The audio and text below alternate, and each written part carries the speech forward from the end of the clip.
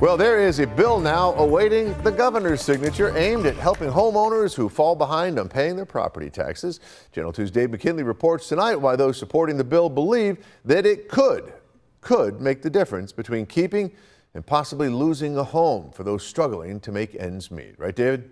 Good evening, Scott. And what we're talking about is the interest rate you pay if your taxes are delinquent, which supporters of the measure also say was long overdue for an adjustment anyway.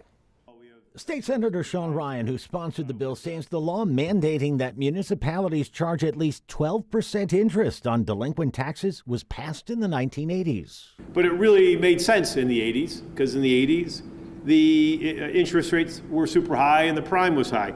But in 40 years, it's never been adjusted. The new law would mandate that municipalities charge interest closer to the current prime rate, which now stands at 8.5%. Tax is meant to be operational, not punitive. Ryan was accompanied by Amherst Supervisor Brian Kulpa, who, along with his town board, recently raised town property taxes by more than 11%. Supervisor Kulpa, is part of your support for this because you expect a lot more people not to be able to pay their taxes because you guys raised the taxes so much out here in Amherst?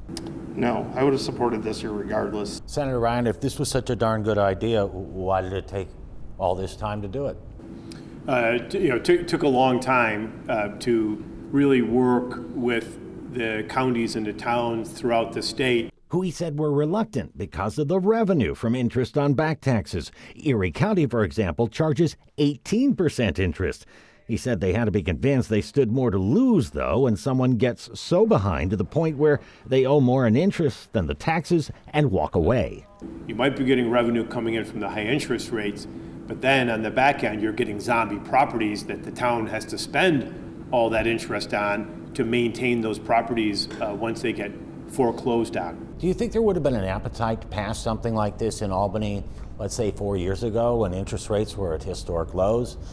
When there was a very large difference, they were bringing in more revenues from the late fees. Now prime and what they're mandated to charge isn't that much different, so they're not going to see any big change in revenue anytime in the near future. In other words, and interestingly enough, Ryan started pushing this 4 years ago when the prime rate was 3.25%, which back then made it an even tougher sell. This law would also apply to delinquent school taxes, and Ryan expects the governor will sign it. On your side in the studio, Dave McKinley, Channel 2 News.